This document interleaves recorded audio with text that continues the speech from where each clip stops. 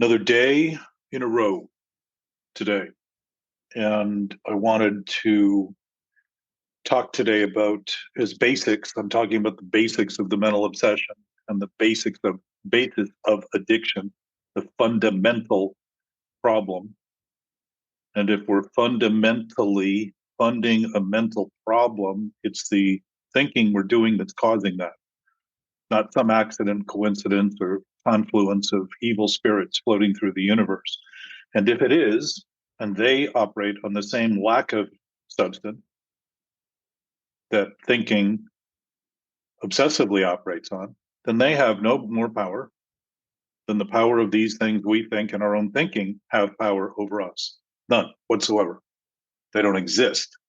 So that may sound like a stretch, given the potency and the sense of power thoughts seem to have, because of the effects they create on our experience. And the effects they create, the effects my thoughts create, are as impactful as anything anyone else ever does or more. Because they're immediate to my experience. They're not 10 feet away or 2 feet away or in someone else's head. They are in my head, affecting my bodily systems.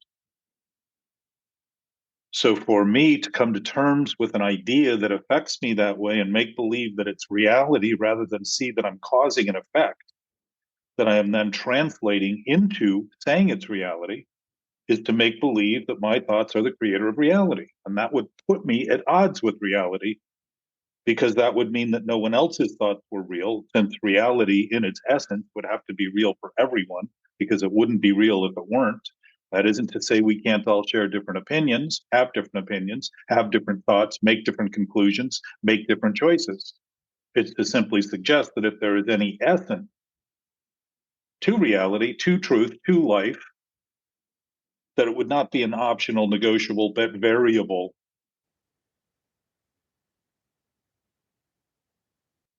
presence.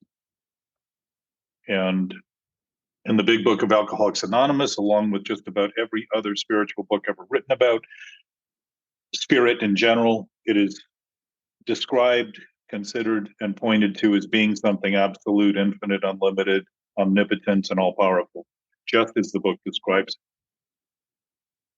So if those are in fact inherent traits of that absolute nature, that is not negotiable, it's not optional, and it's not variable. They don't change.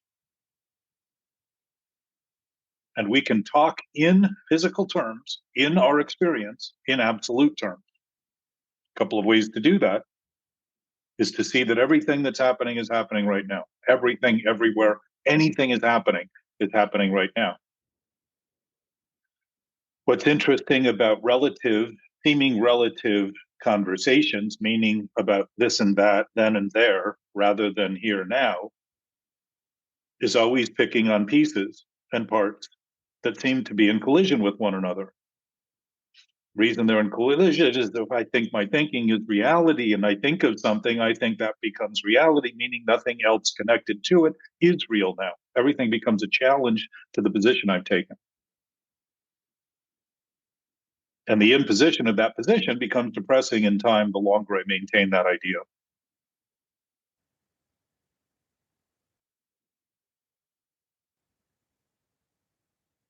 So if I'm able to create the opinion that I am alone in the universe while I am simultaneously intimately and absolutely connected to everything that's happening, that's another way to look at it, absolutely.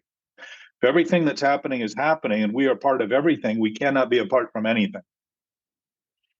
And to start to see it that way is to start to actually look at and contemplate honestly our actual state of being, our actual state of life itself, rather than the thoughts we have about life, and especially coming from these life forms we have that are designed to interpret life for their own survival. Life's opportunities, life's advantages, life's productivity, abundance. We interpret reality in our thinking. And if we're aligned with it, we're productive. And if we're not, we're dysfunctional and unproductive. Scarcity is not something inherent in the universe or the world. Scarcity is inherent in thinking. And as a result, things seem scarce because we're thinking of them in scarce ways, meaning there's no basis for them that's interconnected to everything that exists because they're solely happening in our brains. So today, without going too much further into that, I wanted to mention a couple of things. And that is that lying, first step of Alcoholics Anonymous is we admitted we were powerless over alcohol. So what are we really doing? And I want to also, I'm going to make recordings for each of the steps to talk about the thinking in relation to the steps, because in every one of them, this underlying, Bill Wilson saw the infinite absolute nature of the interconnectedness from a hospital bed when he'd barely gotten sober and realized that that message could be carried to the world. He saw the world as a potential for a message because he saw it as something inherent in that world. He knew it could be done person to person who shared a common nature. Well, if we all are humans, we share a common nature in something more than the symptomatic addictions we have. So symptoms, most 12-step programs that I know of are based on symptoms. Drugs, alcohol, sex, gambling, relationships, food, etc. They're all symptomatically based, but every one of those programs is based on recovery as a result of a spiritual experience, which obviously would be a united something we all share. If it's spiritual and it's absolute and it's unlimited and it's indivisible and inviolable and immutable, it must be something we share, not must because we have to, but simply because we are, whether we think we are or not.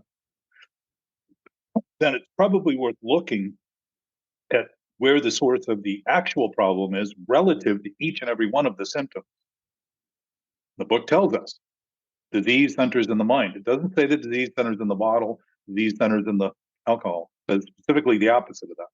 It says that the bottle is a symbol representing something else. The alcohol is a symptom, meaning it's the effect of a cause. What's the underlying cause?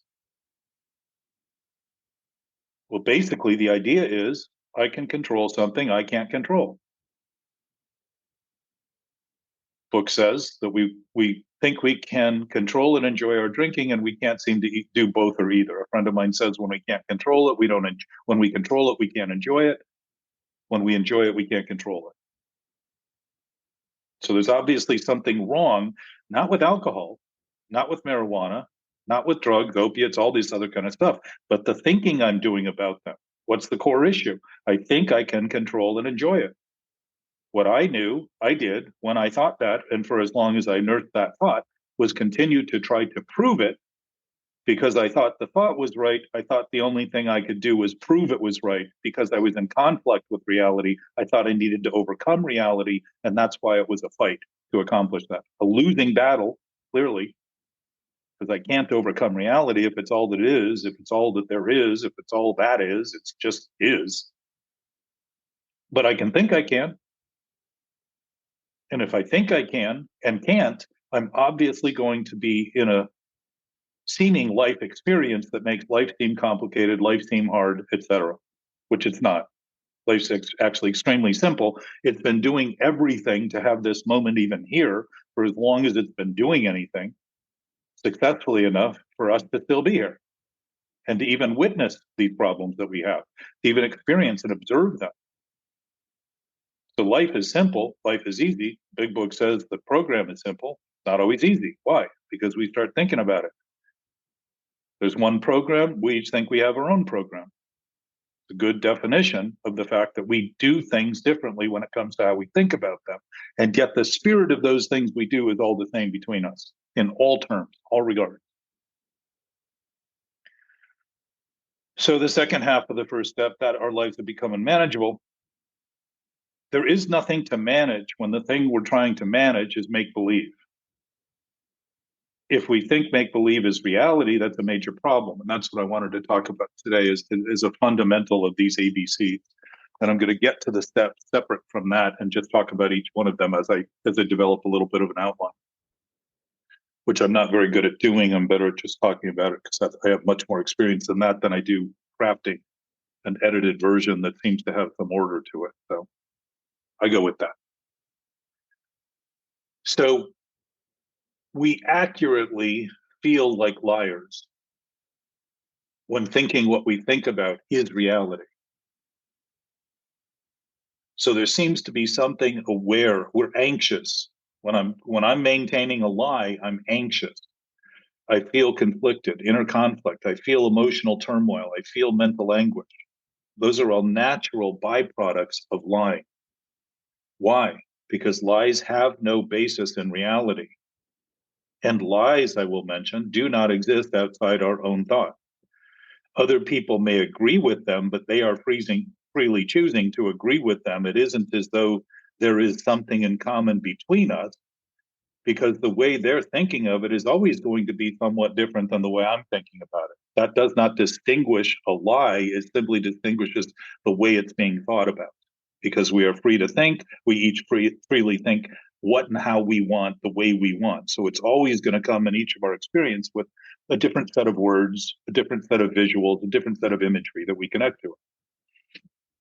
And yet, if that is accurate, then that's something we all do the same. The differentiation is kind of like change is always changing.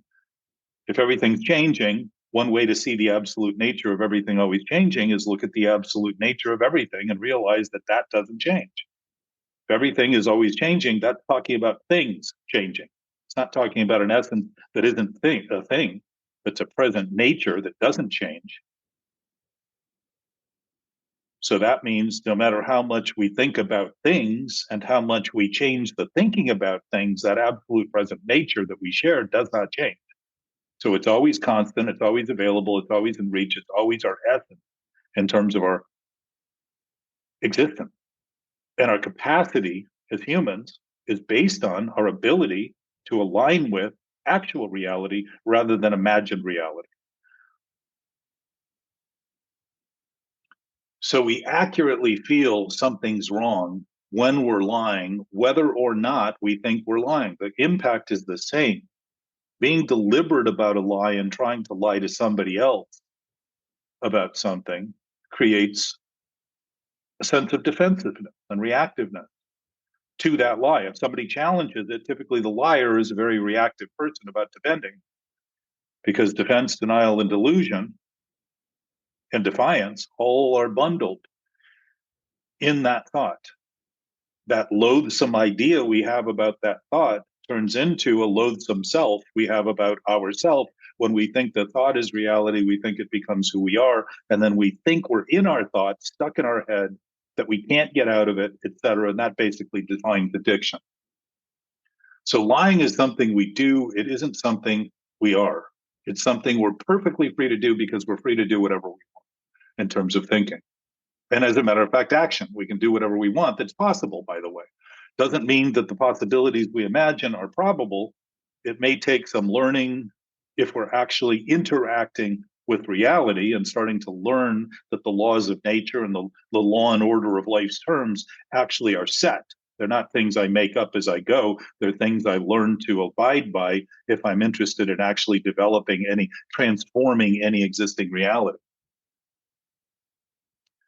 So lying is something we do, something we can do. It's not who we are. So if when you're wondering whether or not you're lying, you don't have to think of the thought you're having, because if you don't think you're having the thought, you're still experiencing the effect. So if you look at your feelings, they will define for you what you are actually thinking. If you feel bored, frustrated, sick, tired, same old thing, loathing, contempt, they're all definitions of a loathsome, contemptible thought. And why would it be loathsome and contemptible? Because it's masquerading as something that it isn't. And the consuming nature of that intoxication that we can create this reality is very demeaning, because there's no possibility of success in that, not whatsoever. We know it, so we fight harder to prove it. There is no proof in reality and truth. There's none needed because it already is everything. And it isn't everything. It is a thing that isn't even a thing, that is a present state of being that never changes. Always, always knowing. It's fully knowing. So there's no conflict in it because it's not thinking about what it knows because it doesn't have anything to think about. It already knows it. So that would be an easy description of an absolute source. And if you contemplate an absolute source and think of something with no beginning or end, the mere contemplation of that is an active, contemplative, meditative awareness, awakening. To just contemplate those things will awaken because the thoughts that are preoccupied with making believe they are reality begin to dissolve very quickly in the face of considering things that are just so magnificent and substantial and great that the gratefulness becomes natural because we're expressing the fullness of greatness that we already have. The essence of our essence, the one we all share, not the one I have and you don't. Those are thoughts I have, not reality. Now, in relation to that, I can have my own thoughts. I can make my own decisions. I can make my own choices. I can act the way I want. But those are thoughts acting out. Those aren't reality. They're just simply conclusions I'm making and things I'm doing. So what I do, beings are and humans do. What I do doesn't affect my essence, but it affects how I think about my essence. The mental blocks, the unmanageability of the first step is the idea that I can manage a lie when there's in fact nothing there to even manage because it's nothing more. It's a numerator without a denominator. So I keep piling on numbers to the top of the fractured state of this idea and wonder why it never gets bigger. And I need to do more and more and more and more and more. I'm consumed now with attention. So I consume my attention with thinking I can fill this void. And it isn't even a void like nothing would be a void or a hole would be a void that you could fill. It's a void of non-existence that there's nothing. It's literally fantasy acting as reality. So there's nothing there other than a thought, imagery, a narrative, a story effectively. So if we look at our feelings, if we look at the effects, which our feelings are, they always come with words. So you see the interrelatedness to this analytical process of thinking that's always going on in our bodies. Asleep, awake, 24 hours a day, the processing is going on in our bodies. Our brain is like a computer processing information all the time. And if we're feeding a computer bad information, we get bad results. If we feed our computer, our brain, bad information, we get bad results. It's not the thinking that's the problem. It's the misutilization of thinking it's real that starts this whole cavalcade of addictive, reactive, impulsive, compulsive behaviors in motion.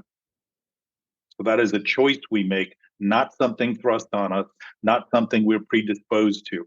We may have, like most of us have noticed, a genetic predisposition to not handling alcohol very well, an allergy.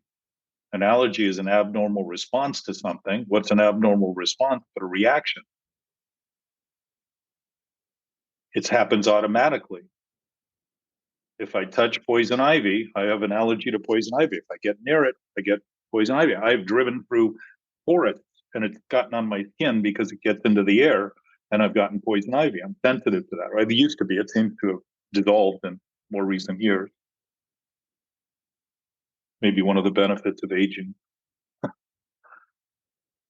But an allergy is an abnormal response to something. Lying is an abnormal input to a brain that is developed and a product of reality. Doesn't know what to do with insanity. It's literally introducing insanity to the brain, and the brain doesn't know what to do. So we just set it off, and we do this. We're choosing this. This is not something it's happening, and we talk about it in terms. If you listen to the terms you talk about your brain when you're thinking about obsessive thinking or talking about it, it seems we talk about it as though it has a life of its own, which it does not. It is an imagined life because we think when we think about our thinking itself, it now has miraculously become our self. And that's what self-centeredness and selfish and self-serving and all those things describe.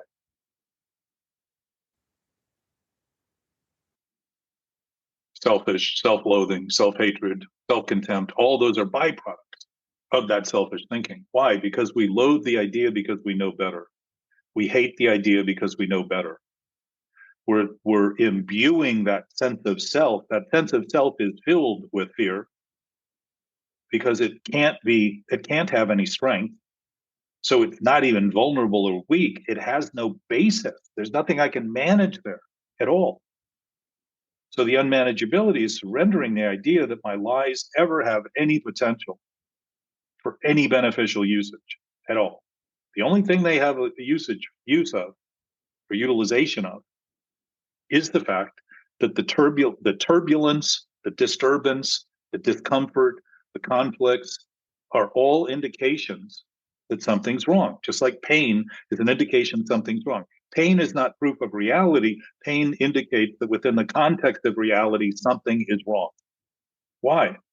Because health is natural, nature is natural, logic is natural, reason is natural.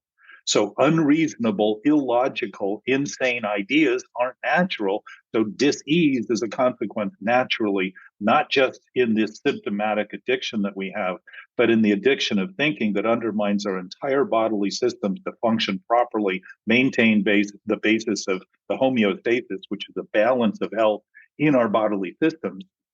And part of the reason that happens is because we're inducing all sorts of chemicals into our system for an emergency that's being caused by this conflict of thinking, the seeming emergency that we're constantly on guard to defend these thoughts we have that are not true, because that's their nature. Their nature is defense, because even thinking we can defend them is the supposition that there is something to defend. And that's the insanity of it, is that we do these things acting as though we're trying to fix something. But by doing those things, we're confirming we believe there is something to fix. There is not. It's insanity. It's an illusion being thought of as reality. It's delusion by nature. There's nothing there but what we're thinking about it now, by the way. Not then or there. It's not the past. The past is always in the present. The future potential is always in the present. When the future is present, it is not the future or the past. When the past was present, it was the present. Or, yeah, when the past was present, it was the present. So it's always the present. We're always in the present. Because if we're speaking in absolute terms, we might as well begin recognizing that we are actually operating an absolute state of being right now. You and I, everyone, everywhere. And thinking in those terms, again, first of all, in my experience, began to help me see how invested I was in so many ideas about things that are absolutely not true. And I know now that whenever exactly as the 12 and 12 says, whenever we are disturbed, something is wrong with us. And inserted in there, which often isn't repeated, is whenever we are disturbed, no matter the cause, something is wrong with us. What's wrong is my thinking. What I'm thinking about. The crux of sobriety is based on eliminating, discarding, abandoning self-centeredness. Well, if thinking of itself is thought centered in thought, that isn't myself. That's simply something I'm doing. If I'm responsible, I admit things as they are rather than turn them into something they're not and make believe that I can use that as an excuse to claim I have nothing to do with what I'm doing. That effectively describes compulsive behavior, doing more and more of the thing that's killing us in the name of thinking we're getting better, because we feel better momentarily. But that moment never lasts long enough, so it continues to ask for more and more and more.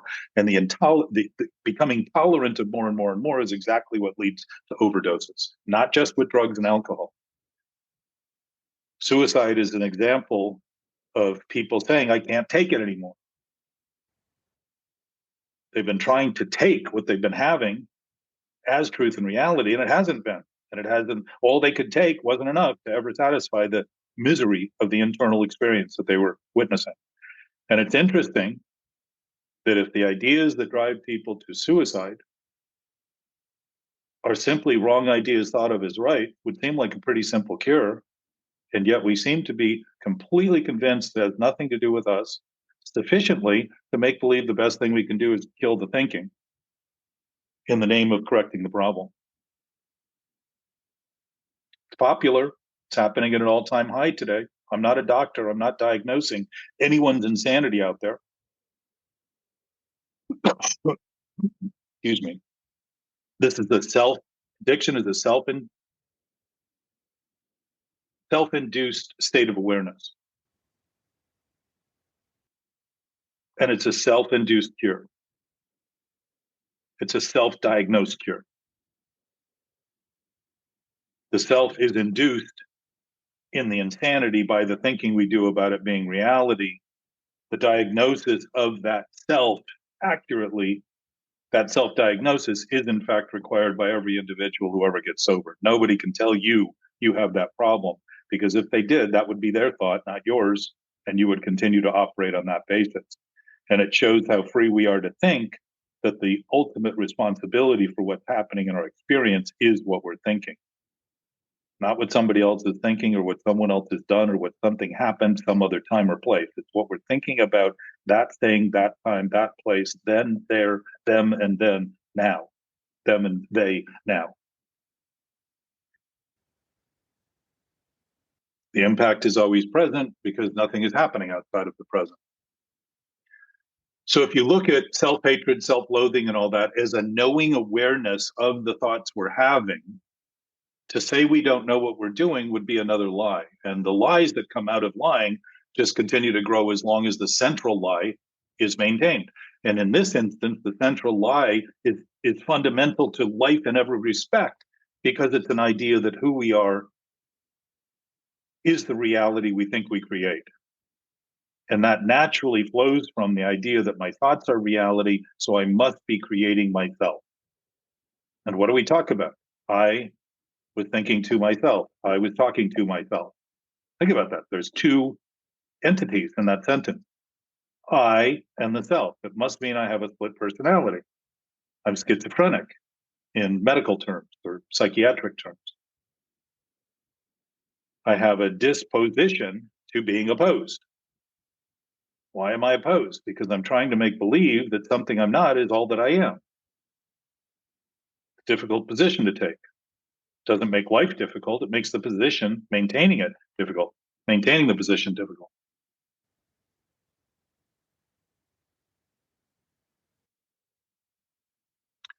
Every one of these thoughts we make believe is real has a voice.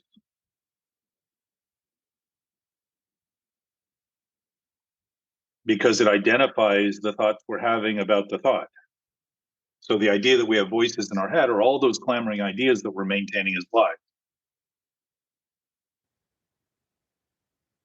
And they're all illusions being thought of as reality. They're things we can do because we're absolutely capable of contemplating our thinking. As a matter of fact, humans, as far as I can tell, are the only ones on earth who think about their thinking, which is a contemplative advantage because we can consider deeply and thoroughly our interactive relation with reality from a human perspective. It's an enormous benefit that we have turned into an enormous liability in the way that we have dysfunctioned and the choices we have made to misutilize certain things, resources that always seem to have immediate gratification, just like a drug would for a drug addict, and yet long-term consequences, radioactivity, nuclear waste. We don't have any idea what to do with it. We keep producing more of it. Those are just examples of how we operate collectively as a result of how we think individually.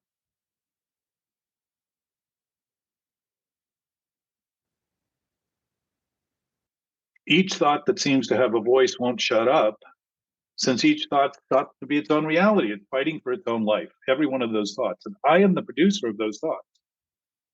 I'm the director, the producer, the actor, the costume designer, the script writer, and the prescriptions I take as a result. If I don't think I have a problem, it's like going to the doctor and having a diagnosis, a misdiagnosis, and using a prescription to try to fix the problem, while in fact, the diagnosis was wrong. So anything I have, the more I take, the less good it's going to do. The problem's going to grow, going to continue.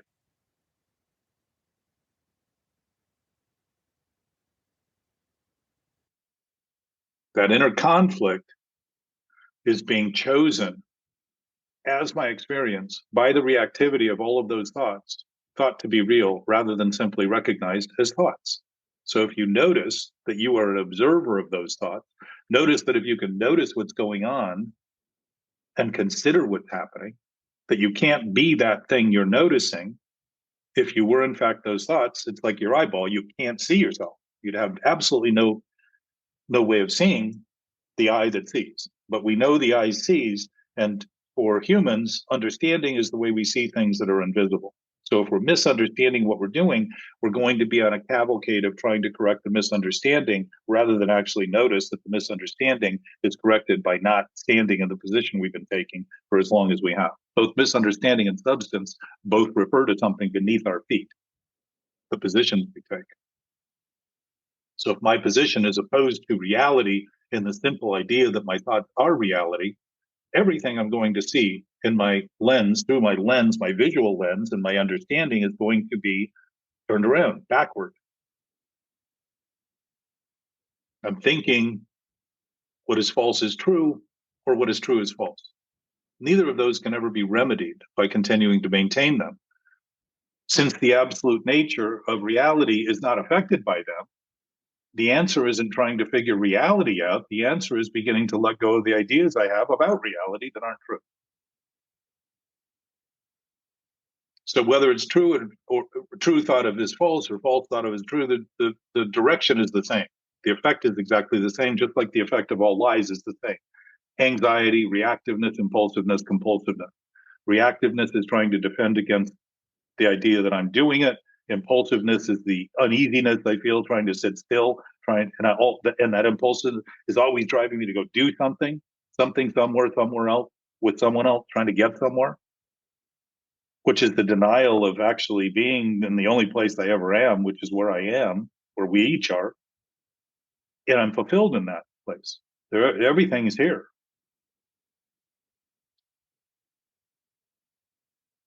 So whether we admit the lie or not, meaning I know I'm lying and still lie, the effect is the same. So we can have lies we don't think we're doing.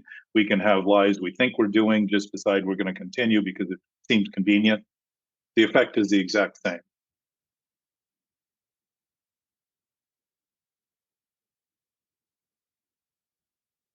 So witnessing, observing, and starting to notice the effects is how we know what we're thinking. If it's disturbed, the thinking is disturbed. That is all you need to know.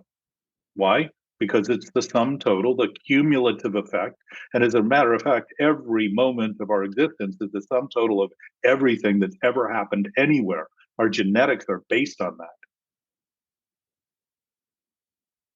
Our genetics are affected. They change according to the environment we subject them to because they are adapting. They adapted throughout all of history. All of recorded change that has ever occurred led to us being here now exactly the way we are as a result of everything that's ever happened anywhere that anything's ever happened in terms of our human experience.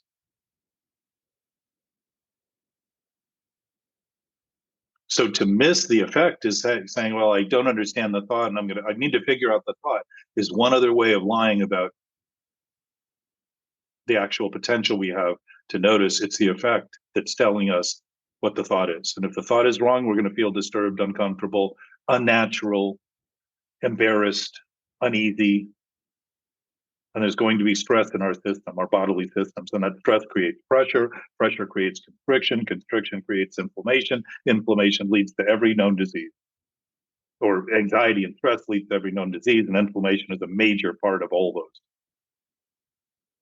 So we're inducing those physical problems as a result of the mental problem.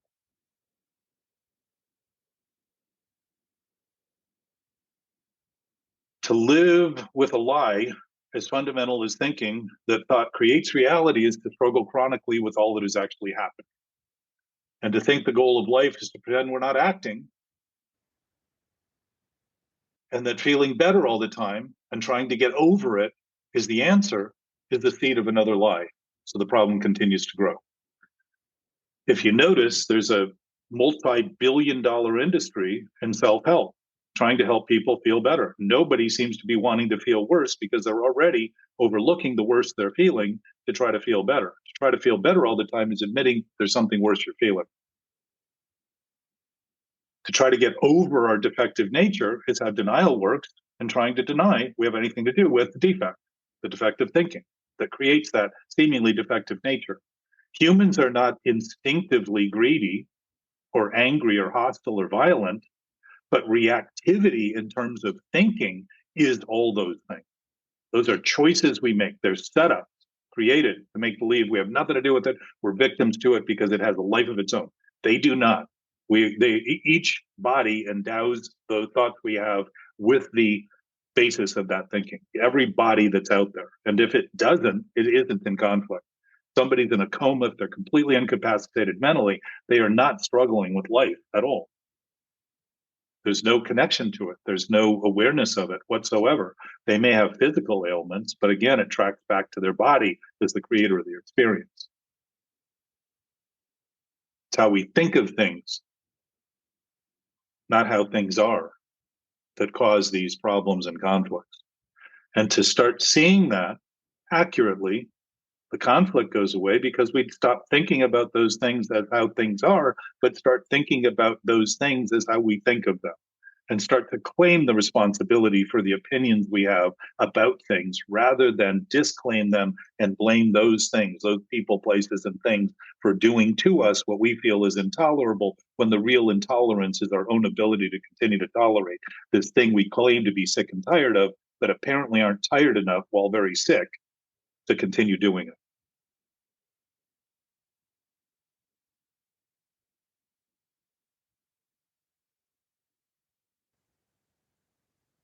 So trying to feel better and get over one's defective nature may be convenient in the midst of very, very severe trauma where you feel there's nothing else you can do. But the problem with trauma is that to continue to deny the source of the trauma is just going to grow. Not going to solve the problem. It may give you a little perspective as to what you're doing where you can finally come to terms with this. But the sooner the terms are come to, which is simply admission, the quicker the trauma begins to diffuse and dissolve. To think the trauma is in some past experience that doesn't exist creates new trauma because it's out of reach, it's impossible to get to, and it again shows how a lie, the impossibility of a lie to ever become true, shows up in all of these fractured ways of trying to fix it, which all just complicate it and make it worse.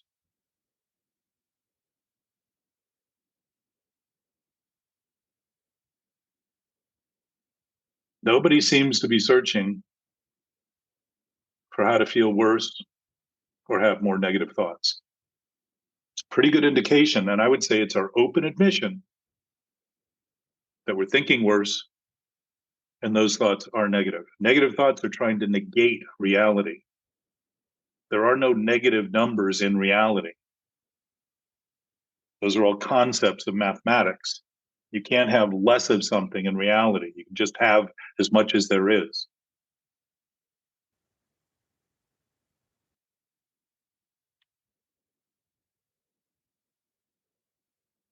To maintain a lie is to automatically maintain the symptoms. To think our job is to get over those symptoms by feeling better is to maintain the lie. That's the fundamental point of this today.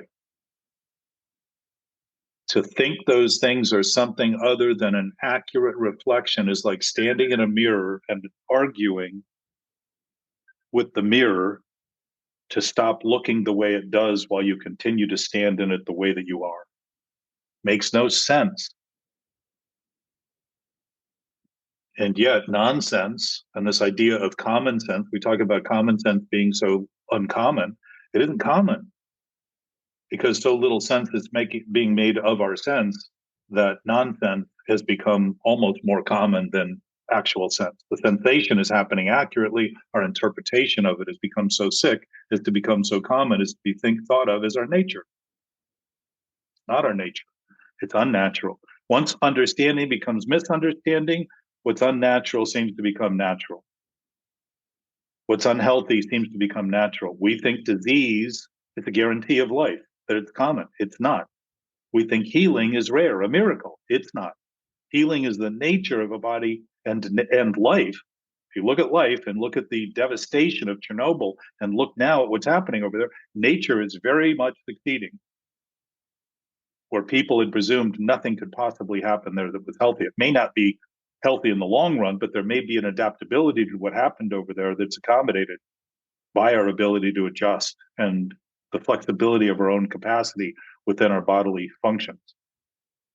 If we're thinking that way flexibly, able to adjust and be flexible in our thinking, we start to actually adapt to what's happening in ways that we don't feel this reactive urge that is the only thing we think we can do. That's addiction.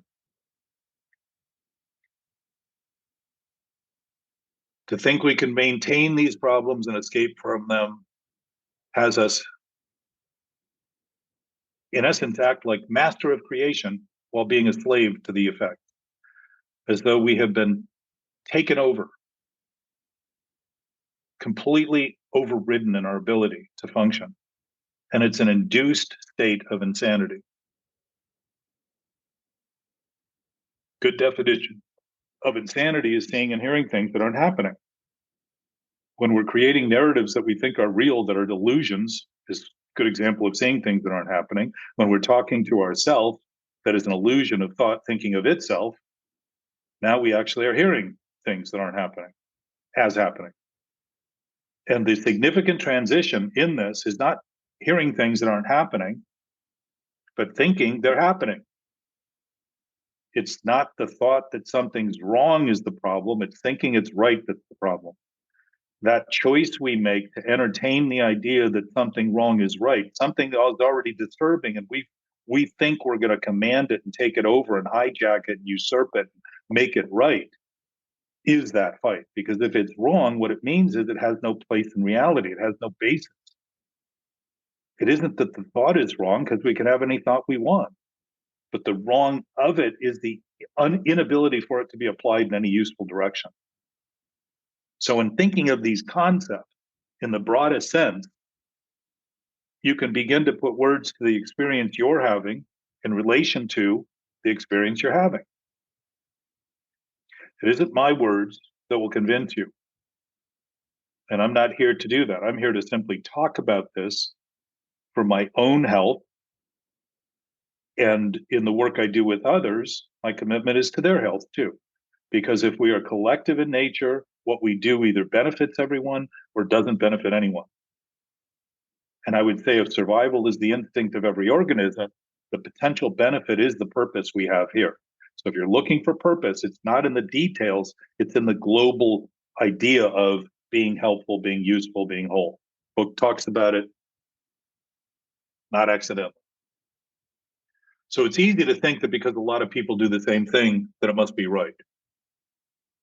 But when wrong consistently breaks down and shows the problem getting worse, it may be worth considering there's a problem rather than considering that doubling down on that problem is the only way to go. That's what gamblers do.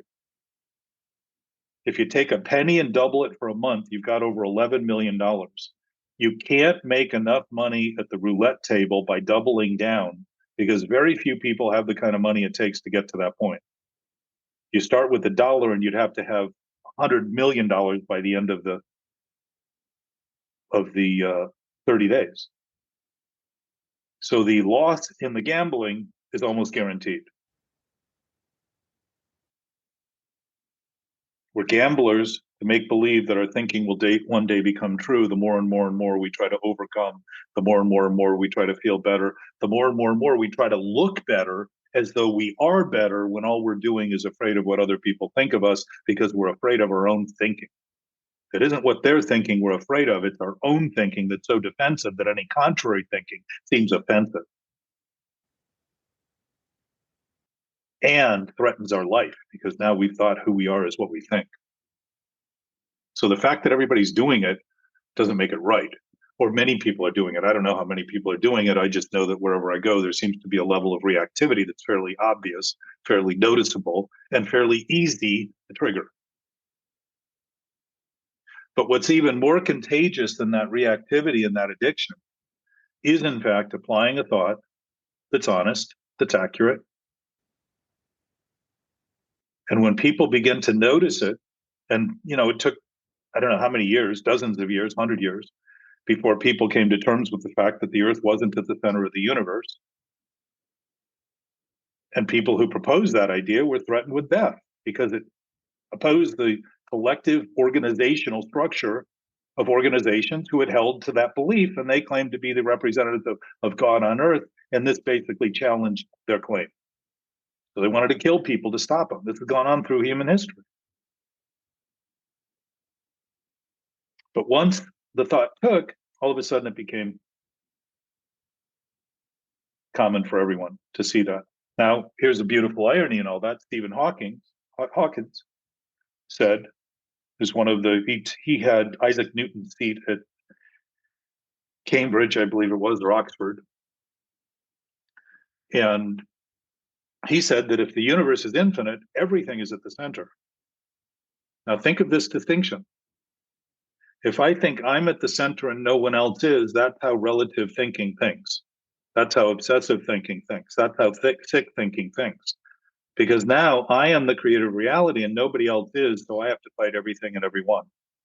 We're asked specifically to stop fighting everything and everyone because of that. Secondly, if in fact everyone is at the center, now it identifies the fact that we're all free to create whatever we think is reality and suffer all of the consequences of making believe that what we think is reality. We can think of it as reality, we can call it our own reality, while it's just simply a conclusion we made about reality. And to any degree that conclusion is wrong, there's going to be friction in that.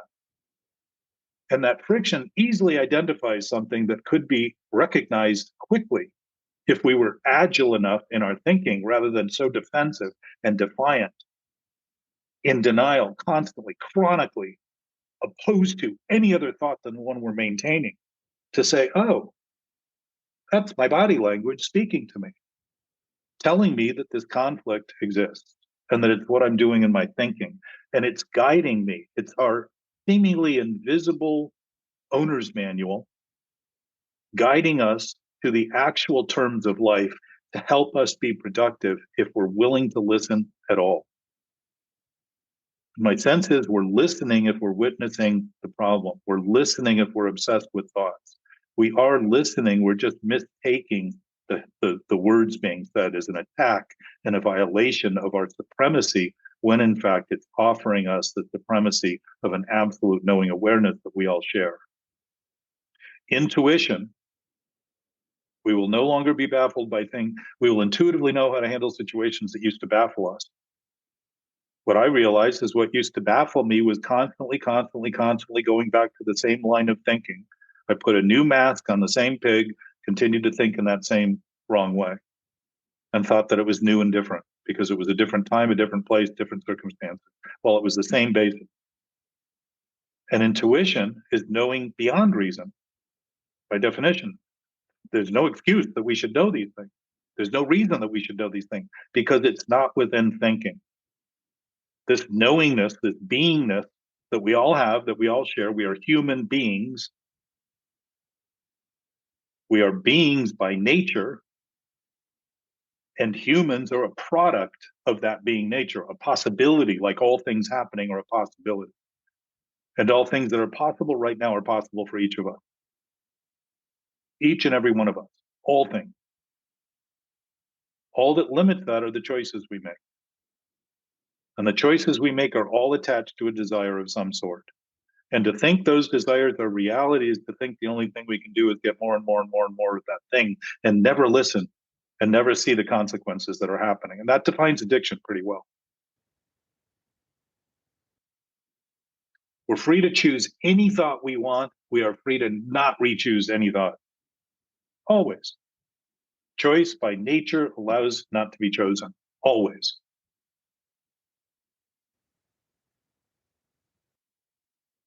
If any absolute essence exists, it does not change. Thus, the eyes of any beholder creates a version of reality. It either sees it as beautiful or loathsome and hateful. And seeing it as beautiful while you're loathing it to try to overcome it is just another maladaptive attempt to make believe that malignment will someday be aligned. It's not the versions of reality that we struggle with until the beholder of that seeming reality sticks obsessively to the story that it's their own reality. And the obsessiveness of it comes from thinking that story is true and there's nothing else we can do. Because now we are the holders of truth, we're responsible for maintaining it at all costs. Not true.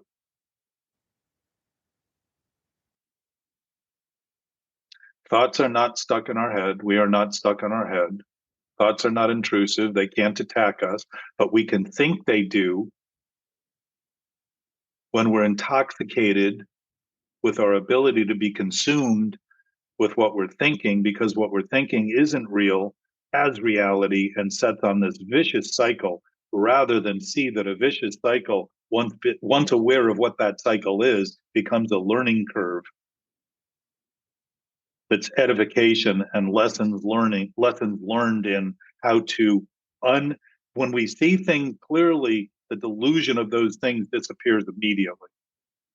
They're just foggy notions imagined to be reality, like the clouds imagined to be a giraffe or an elephant that can look that way, take on that form, but they're wispy in nature. That's what those thoughts are that we've given so much credit for being attacking us and owning us and mastering us.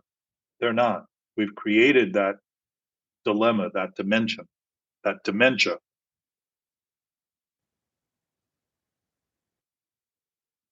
If the absolute is absolute, the fullness of greatness is expressed in gratitude, because gratefulness would be expressing that fullness of greatness naturally, not something we have to do as a ritual to remind ourselves that it's out there. But what's interesting is when we do it as a ritual, certainly we're reminded that there's something out there.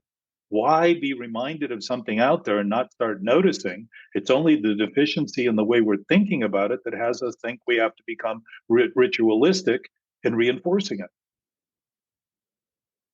It's the same thing as a God of our own understanding. In the second step, it says, came to believe in a power greater than ourself. What is ourself? We're believing finally in something greater than our thinking to restore us to sanity. So I want to go into those in depth one at a time, and just walk through the steps. Maybe I may not do them one at a time. I will see. But the point is that the heart of every one of those, this absolute nature, is both revealed, available, and actually the goal of the steps. The last step is carrying the message, trying to carry the message, because we cannot make the decision for anyone else. That self-diagnosis is critical, because it's not the self-diagnosing it, it's the individual beginning to notice that it's been their choice all along that's given them the impression the only thing they can do is drink, use, gamble, whatever it is. That whole thing has been set off by this reactive thinking from the beginning. But it goes on to talk about practicing principles in all our affairs. That is not a vain potential. It's not an impossibility. If the principles are the nature of life and fundamental to our experience, they're already in place. We already have them. We are built on their basis. We're simply not expressing them accurately. We're not aligning with them accurately. And as a result, we're causing effects and experiences that would suggest life has a problem and complicated, and reality is difficult and deep and hard to reach and complex and all that, when none of those things are true. Reality isn't so complex as for us not to have the experience we're having right now with all that's happening in the universe. We are given this opportunity to even conceive of things. So things must be working fairly well to allow that to happen, despite all of the things that are going on that might be objectionable or seemingly fearful, or seem to be things that just are spelling doom for everyone. When humans thought the horizon was the end of the world, they thought the horizon doomed them, so they didn't approach it. When we think the horizon of our thoughts are the end of our life because they go beyond the thoughts we have, we miss that they're the beginning of everything else rather than the end of anything. And that beginning to peer over that edge for humans began to allow them to see tropical paradises and all the rest of the circumference of this world, where they circumnavigated the world rather than stayed close to the shore to avoid the potential of falling off of it. We're not going to fall off of our ideas by letting go of their limits. We're not going to maintain health by defending those limits either. We're going to maintain a healthy disposition, which is going to be undermining our potential for our body to function and heal when it otherwise could. And we will suffer diseases as a result. We're doing it today. We have seemingly more, we seem to be conquering one and creating another pretty consistently. So I am not a doctor. I don't talk about this from a medical standpoint or any academic standpoint. But I have experience, and I've witnessed people go from having all sorts of diagnoses and having them magically, seemingly, disappear. It isn't magic when things disappear when we stop recreating them. When I stop hitting my hand with the hammer, my hand tends to heal. It might take a little time, but it doesn't tend to get worse. We are doing this, we are choosing this, and it is not necessary to continue. We are free not to, so we are free to. We are free to be free, we are free to feel condemned. Those are choices we make, and the way we go about our thinking determines that end. Thanks for listening. I know you're out there.